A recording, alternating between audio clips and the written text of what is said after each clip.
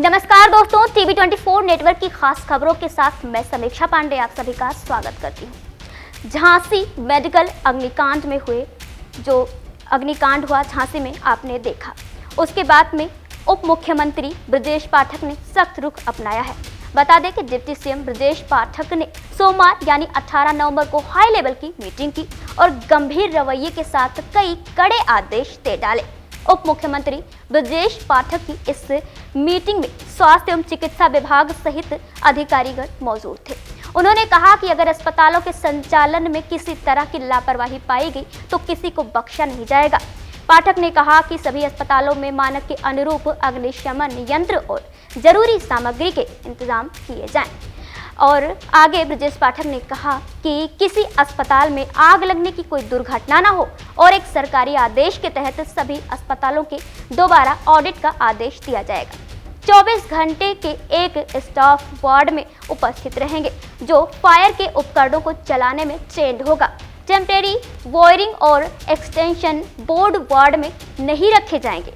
जितने वाट बिजली की आवश्यकता होगी उसी के अनुरूप वायरिंग होगी। 20 नवंबर को प्राइवेट अस्पतालों के संचालकों से बात करने के लिए हम तैयार हैं। यूपी के सभी अस्पतालों में स्वास्थ्य ठीक रहे, इसके लिए हर सख्त कदम उठाया जाएगा। पाठक ने निर्देश दिया कि सभी अस्पतालों में आग बुझाने के उपकरणों का पर्याप्त इंतजाम किया जाएगा। समय समय पर मॉनिटरिंग कर उपकरणों की जांच परख की जाएगी।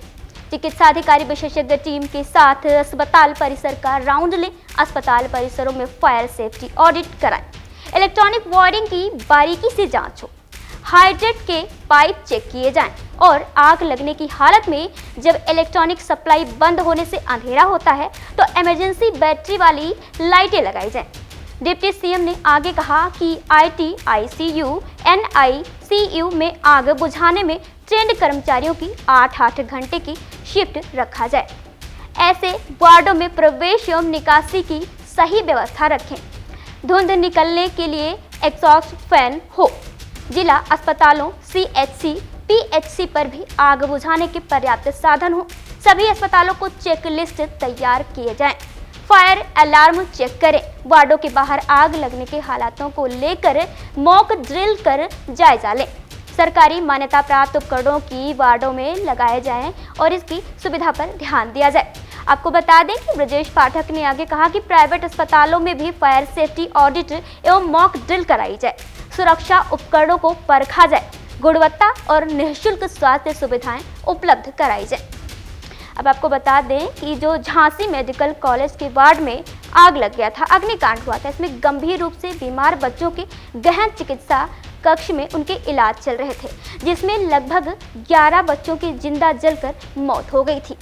तो बता दें कि इस मामले में योगी सरकार ने 3 स्तरीय जांच का आदेश दिया था, जिसके बाद सभी जिलों के अस्पतालों में फायर सेफ्टी ऑडिट की जांच की कार्यवाही शुरू कर दी थी।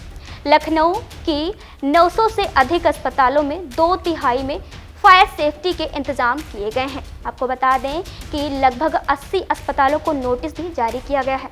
अन्य जिलों के सरकारी अस्पतालों, मेडिकल कॉलेजों में इसी तरह का इंतजाम करने के लिए कदम उठाए जा रहे हैं।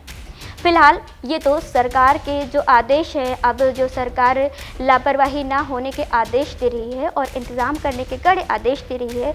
अगर यही आदेश और यही सुझाव, यही ऑर्डर पहले दी गई होती, ये कांड होने से पहले, तो जिन्होंने अभी आंखें ही नहीं खोली थी, जिन्होंने दुनिया को देखा ही नहीं था, जो जानते ही नहीं थे कि दुनिया, मैंने जन्म लिया है तो ये दुनिया मेरी है, ये जीवन मेरा है, वो पहले ही इस दुनिया से चल बसे। जिन्होंने अपनी माँ की कोख से निकलकर और इस देश में, इस दुनिया में कदम नहीं रखा और फिर से वापस चले गए, जिनकी मृत्यु हो गई, उनका आज ये समय नहीं देखा जाता। अगर ये सरकार पहले ही मीटिंग बुलाती और पहले ही ध्यान दिया जाता इन चीज़ों पर। इसीलिए कहते हैं कि आए दिन कभी ट्रेन जैसे हादसे होते हैं, कभी कहीं पर आग लग जाती है, कहीं पर किसी के साथ दुष्कर्म हो जाता है। लेकिन जब ये घटनाएं होती हैं, जब चारों तरफ फैल जाती हैं या जब चुनाव नज़दीक होता है, तभी सरकार के दिमाग में ये ख्याल आता है कि हमें कोई कदम उठाने चाहिए, हमें कोई आदेश देने चाहिए।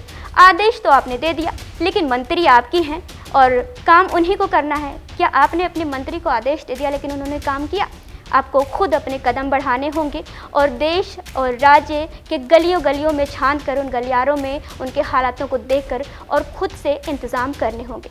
मंत्री को बैठाकर और आपने आदेश दे दिया, अखबार में निकल आया कि मंत्री ने ये आदेश दिया है कि हमारे जो मिनिस्टर्स हैं छोटे, उनको ऐसे ऐसे नियम लागू करनी, ऐसी व्यवस्थाएं करनी है जनता के लिए, अस्पतालों में, कॉलेजेस में, रेलवे स्टेशन पर, सड़कों पर, और उसके बाद में आदेश दे दिया। लेकिन इसके कितने काम हुए ये तो सबको पता रहता है, इसका अंदाज़ा लग जाता है जब फिर से ऐसी घटनाएं होती हैं। लेकिन फिर से विपक्ष सरकार विपक्ष पर वार करती है, लेकिन कुछ होता नहीं है, जनता के हाथ तो कुछ नहीं आता है। भले ही जो सरकार है या विपक्ष है एक दूसरे से वार तकरार में, बयानबाजी में जीत जाती है, कोई झुक जाता है, लेकिन जनता के हाथ कुछ नहीं आता है। जनता तो बस मजबूर होती है किसी एक की तरफ होकर और एक के खिलाफ होने के लिए। इसी के साथ मैं विदा लेती हूँ। देखते रहिए TV24 नेटवर्क। मिलते हैं ऐसी खास खबरों के साथ।